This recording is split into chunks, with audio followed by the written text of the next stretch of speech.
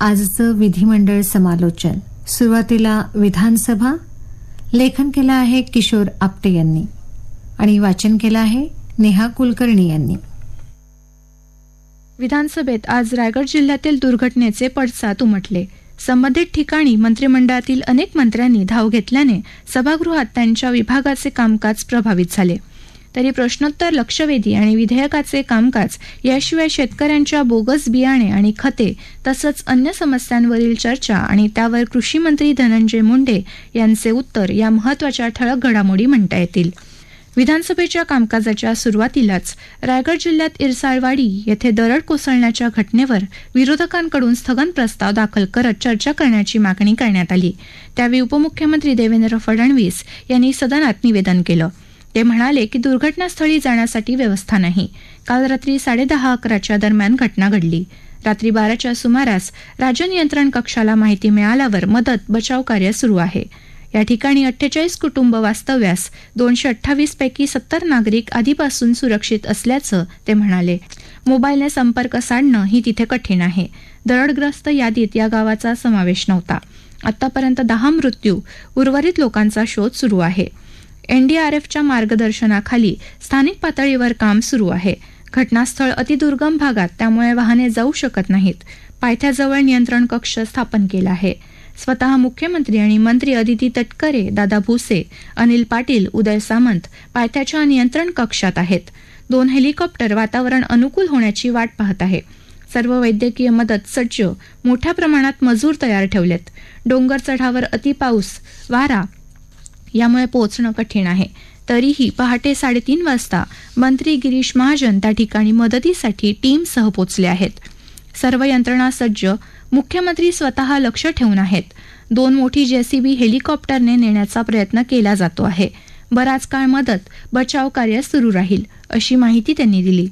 यावेळी विरोधी पक्षालाही सोबत घेतलं असतं तर अधिक योग्य ठरलं असतं असे सांगत काँग्रेसच्या बाळासाहेब थोरात यांनी स्थगन प्रस्ताव दिला होता. मात्र उद्देश सहकार्य करण्याचा आहे असं ते म्हणाले. मात्र परिस्थिती फारच बिकट होती. सकाळी 10:15 वाजता पूर्ण माहिती हाती आली. त्यामुळे विरोधी पक्षाला बोलावून विश्वासात घेता आलं नाही. मात्र सगळी माहिती दिली जाईल, आपण एकत्रच काम करू असं फडणवीस यांनी यावर उत्तर दिलं. या विषयावर अनेक सदस्यांनी भावना व्यक्त केल्या. मात्र अध्यक्ष राहुल नार्वेकर यांनी प्रश्नोत्तरं पुकारली. त्यावेळी नवी मुंबई येथील खारघर इथं महाराष्ट्र भूषण कार्यक्रमात झालेल्या 14 श्री सदस्यांच्या मृत्यूबद्दल प्रश्नोत्तराच्या तासात सांस्कृतिक कार्यमंत्री सुधीर मुनगंटीवार यांनी दिलेल्या उत्तराने समाधान न झाल्यानं विरोधकांनी सभात्याग केला. या उत्तरादरम्यान विरोधकांनी वारंवार आक्षेप घेतले.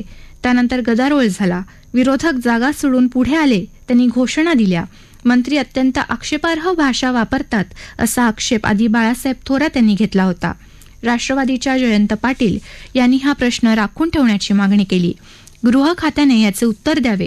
चौकशी समितीला वारंवार मुदतवाढ का असा सवाल त्यांनी केला. चौकशी समितीने मुदतवाढ मागितली. त्यांच्याकडून वस्तुनिष्ठ अहवाल द्यावा, यासाठी मुदतवाढ दिली आहे असं मुनगंटीवार म्हणाले. कार्यक्रम 306 एकर क्षेत्रात झाला. एवढ्या मोठ्या प्रमाणात मंडप घालणे शक्य नव्हते. तापमान 34 डिग्री असेल असे हवामान खात्याने म्हटले होते. मात्र त्या दिवशी 38 डिग्री इतकं वाढलं. आम्ही सर्व चोख व्यवस्था केली होती. डॉक्टर, पाणी, वैद्यकीय मदत आदी सर्व व्यवस्था होत्या. मृत्यू पावलेल्या व्यक्तींच्या नातेवाईकांनी देखील व्यवस्थेबद्दल तक्रार केलेली नाही. मुंबई उच्च न्यायालयाने देखील यावरची जनहित याचिका फेटाळली आहे असं मंत्री मुनगंटीवार यांनी उत्तरात स्पष्ट केलं. प्रश्नोत्तरानंतर कागदपत्र पटलावर ठेवण्याचे कामकाज घेण्यात, त्यानंतर स्थगन प्रस्ताव दालनात फेटाळण्यात आल्याची घोषणा अध्यक्ष नार्वेकर यांनी केली. त्यानंतर GST मध्ये बदल करून तो विषय PMLA कायद्याच्या कक्षेत आणला आहे. त्यामुळे व्यापाऱ्यांमध्ये मोठी घबराट पसरली आहे असा मुद्दा काँग्रेसच्या पृथ्वीराज चव्हाण यांनी सभागृहात उपस्थित केला. GST बद्दल एक सुधारणा विधेयक वित्तमंत्री अजित पवार यांनी मांडलं, त्यावर ते बोलत होते. यामुळे होणाऱ्या GST काउन्सिलच्या बैठकीत हा विषय उपस्थित करू असंही पवार म्हणाले. केंद्राकडून राज्याला GST परताव्यापैकी 11,113 कोटी येणं बाकी आहे अशी माहिती देखील त्यांनी दिली. त्यानंतर औचित्याचे मुद्दे घेण्यात आले. त्यात भाजपचे आशिष शेलार यांनी पर्यावरणपूरक शाडू मातीच्या गणेश मूर्तींचा आग्रह धरणं योग्य असले तरी पीओपीच्या गणेश मूर्ती बनवणाऱ्या मूर्तिकारांच्या पोटावर पाय देऊ नका, मुंबई महापालिकेने हिंदू सणात विघ्न आणणारे धाड सत्र थांबवावं अशी मागणी मुंबई भाजपा अध्यक्ष आमदार आशिष शेलार यांनी केली. मुंबई पालिकेने यावेळी गणेशोत्सवातील मूर्तींबाबत कडक निर्बंध घातले आहेत.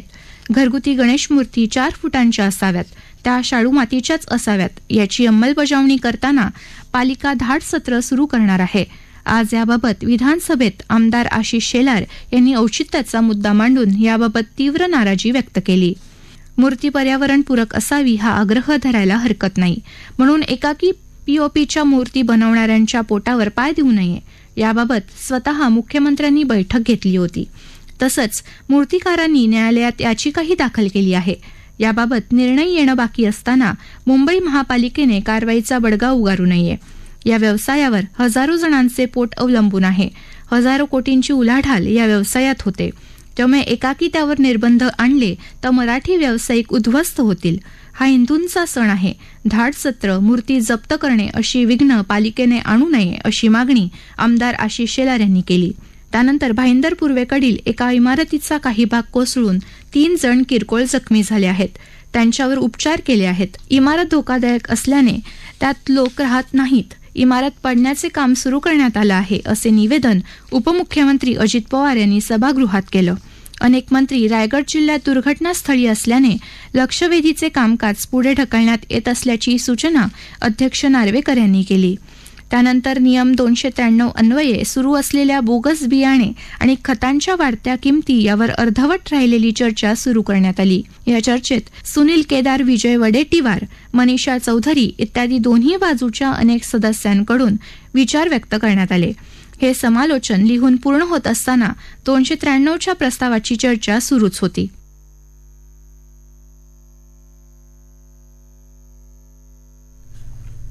श्रोते हो, विधानसभा समालोचन आताच आपण ऐकलं. आता ऐकूयात विधान परिषद. लेखन केलं आहे गौरीशंकर घाले यांनी आणि वाचन केलं आहे नेहा कुलकर्णी यांनी. इरसाळवाडी येथील बचाव कार्याला सर्वोच्च प्राधान्य देणार उपमुख्यमंत्री अजित पवार. मराठवाडा मुक्ती संग्राम देशाला दिशा देणारा संग्राम, उपसभापती नीलम गोऱ्हे यांचं प्रतिपादन. शिवजयंतीला राज्याच्या क्रीडा पुरस्कारांचं वितरण होणार, क्रीडामंत्री संजय बनसोडे यांची माहिती. आदिम जमातींच्या विकासासाठी सर्वंकष धोरण आणणार असल्याचं उपमुख्यमंत्री देवेंद्र फडणवीस यांचं प्रतिपादन. ही होती आजच्या कामकाजाची ठळक वैशिष्ट्ये. सकाळच्या सत्रातील विशेष बैठकीनं विधान परिषदेच्या कामकाजाला सुरुवात झाली. उपसभापती नीलम गोऱ्हे पीठासीन होत्या. उपमुख्यमंत्री अजित पवार यांनी सभागृहात रायगड येथील इरसाळगड इथं दरड कोसळून झालेल्या दुर्घटनेबाबत निवेदन केलं. सकाळी 10 वाजेपर्यंत मिळालेल्या माहितीनुसार 10 जण या अपघातात दगावल्याचं अजित पवार यांनी सांगितलं. रायगड जिल्ह्यातल्या खालापूर तालुक्यातील इरसाळवाडी या आदिवासी बांधवांच्या वस्तीवर काल रात्री 10 वाजण्याच्या सुमारास दरड कोसळली. या दुर्घटनेत इरसाळवाडी या गावातील घरे मातीच्या ढिगाऱ्याखाली गेली आहेत.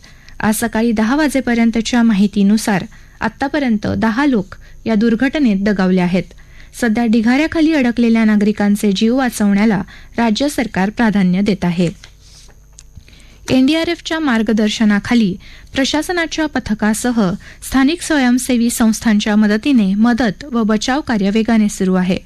दुर्घटनास्थळ दुर्गम असल्याने मदत आणि बचाव कार्यासाठी आवश्यक असणारी जेसीबी सारख्या मशिनरी पोहोचवण्यासाठी हेलिकॉप्टरची आवश्यकता असून 2 हेलिकॉप्टर तयार ठेवण्यात आले आहेत.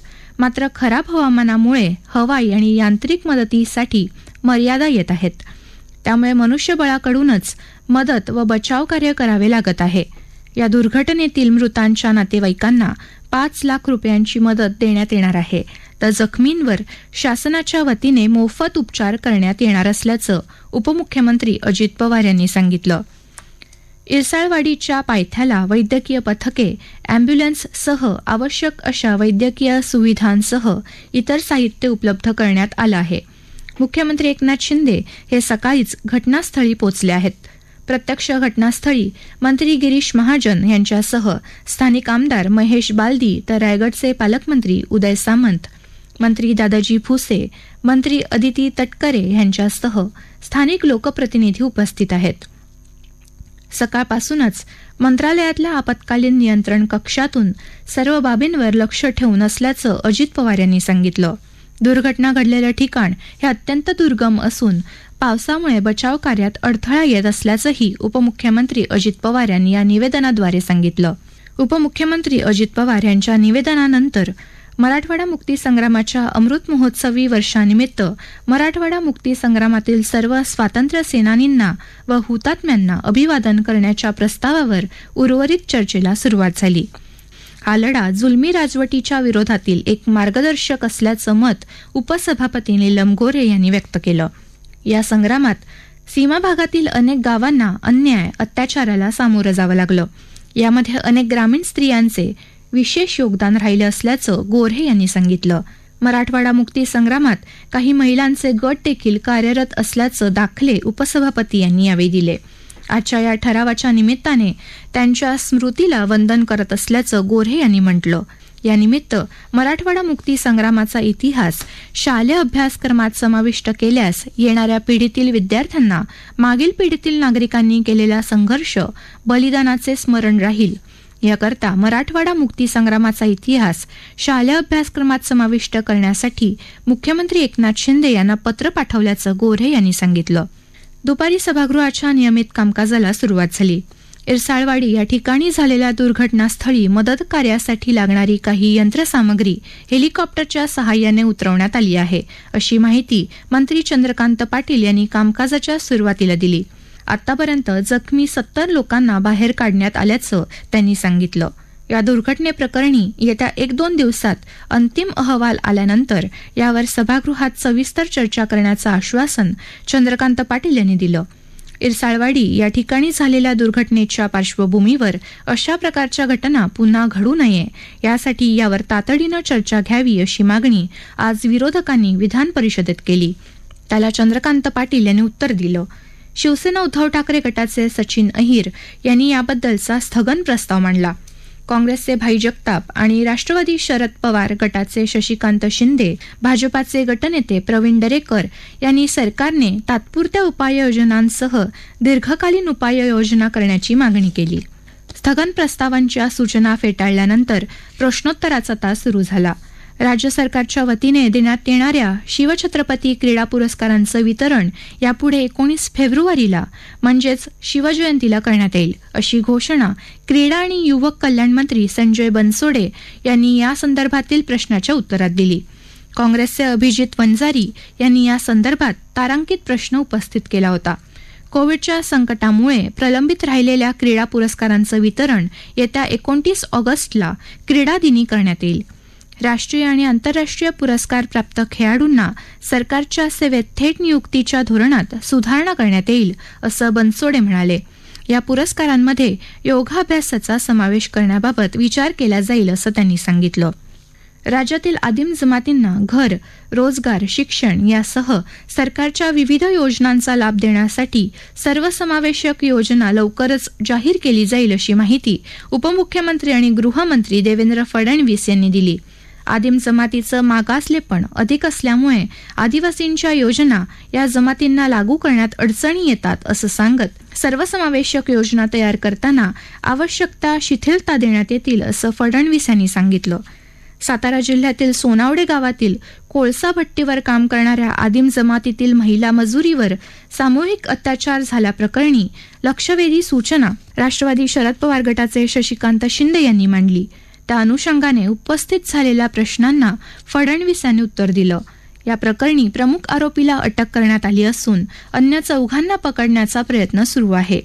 तसंच या कोळसा भट्टीवर मोठ्या प्रमाणात वेठबिगार म्हणून जे काम करत होते त्यांची मुक्तता करण्यात आली असून त्यांचं पुनर्वसन करण्याचं काम सुरू आहे, असं त्यांनी सांगितलं. विधान परिषदेच्या उपसभापती नीलम गोऱ्हे यांच्या विरोधात अपात्रतेची नोटीस दाखल झाली असली तरी विद्यमान नियमांनुसार किंवा संविधानातील तरतुदीनुसार नीलम गोऱ्हे यांनी बहाल केलेले उपसभापती पदाचे अधिकार अबाधित राहतील. कोणत्याही नियमानुसार त्यावर आक्षेप घेता येणार नाही, असा निर्णय तालिका सभापती निरंजन डावखरे यांनी दिला. उपसभापती पदावरून दूर करणं आणि अपात्रतेची नोटीस या दोन वेगवेगळ्या बाबी आहेत. अपात्रतेच्या नोटिसीचा कोणताही परिणाम त्यांच्या उपसभापती पदावर असण्यावर होऊ शकत नाही. उपसभापती गोऱ्हे यांनी केलेल्या पक्षांतराच्या पार्श्वभूमीवर त्यांच्या विरोधात अपात्रतेची नोटीस दिल्यामुळे गोऱ्हे यांना पदावर राहण्याचा कोणताही अधिकार नाही. त्यांनी पदावर राहणं नैतिकदृष्ट्या योग्य नाही. त्यांनी पदावरून पायउतार व्हावं अशी मागणी विरोधकांनी केली होती. यावर चर्चा घडवून आणण्यात आली. या चर्चेवर तालिका सभापतींनी आज आपला निर्णय जाहीर केला. यानंतर दिवसभराचं कामकाज स्थगित करण्याची घोषणा तालिका सभापती निरंजन डावखरे यांनी केली. श्रोते हो, आत्ताच आपण ऐकलं आजचं विधिमंडळ समालोचन.